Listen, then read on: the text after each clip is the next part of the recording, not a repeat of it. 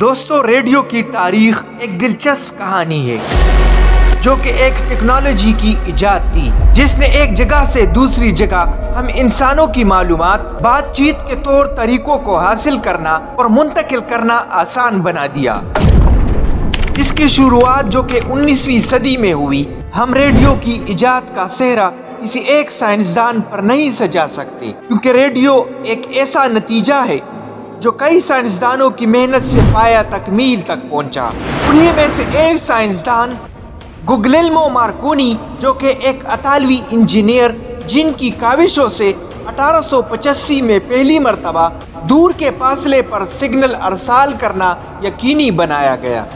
Marconi اپنی اس technology کو بہتر کرنے کے لیے لگاتار کام کرتا رہا اور بالآخر 1901 میں ریڈیو سگنل کو انٹلانٹک اوشین کے پار بھیجنے میں ایک معنی خیز کامیابی حاصل کی۔ دوسرا نام جو کہ ریڈیو کی تاریخ میں آتا ہے، اس میں شہر پرست نکولا ٹیسلا، جو کہ اس تحقیق کو بنیادی نظریہ دینے والے تھے، انہوں نے ہی مارکونی سے پہلے ایسی ٹیکنالوجی کا نظریہ پیش کیا جس سے بنا تار کے کوئی بھی معلومات ایک جگہ سے دوسری جگہ آسانی سے منتقل ہو سکے، جبکہ ٹیسلا کو کوئی نہیں جانتا ہے۔ جیسے آج لوگ مارکونی کو ریڈیو کی ایجاد کے حوالے سے جانتے ہیں، لیکن پھر بھی ان کی خدمات بہت ضروری رہی مواصلاتی ترسیل کو ٹیکنالوجی کی ترقی کے لیے۔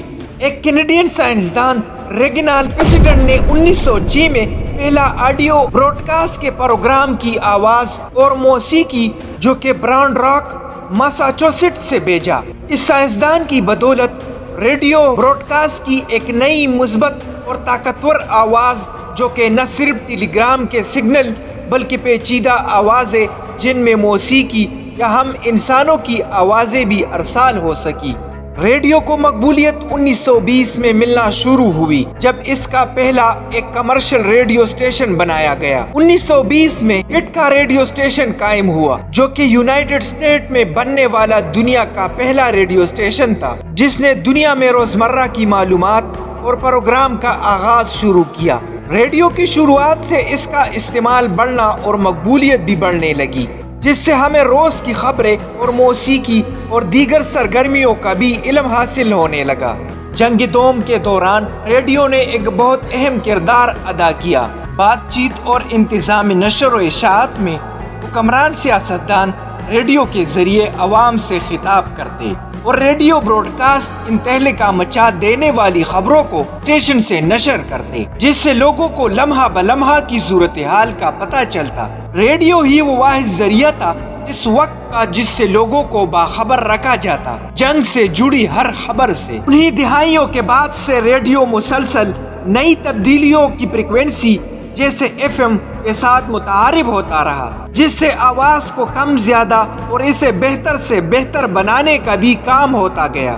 ریڈیو 1960 میں اور زیادہ مقبول ہو گیا۔ اپنی بہترین کارکردگی سے اور لوگ بھی اس کو سننے اور موسیقی کے نئے نئے پروگراموں سے بھی منفرد تجربہ حاصل کرنے لگے۔ ریڈیو کی تاریخ ہمیں انسانوں کی ایجادات کی قابلیت کی ہی گواہی ہے۔ ہماری بات چیت کو بہتر سے بہتر بنانے کی ٹیلی گرام کی شروعات سے لے کر آج کے جدید ڈیجیٹل براڈ کاسٹنگ نظام کی، ریڈیو لوگوں کی زندگیوں میں انہیں دوسرے لوگوں سے جوڑنے اور دنیا کو قریب لانے میں ثابت قدم ذریعہ رہا۔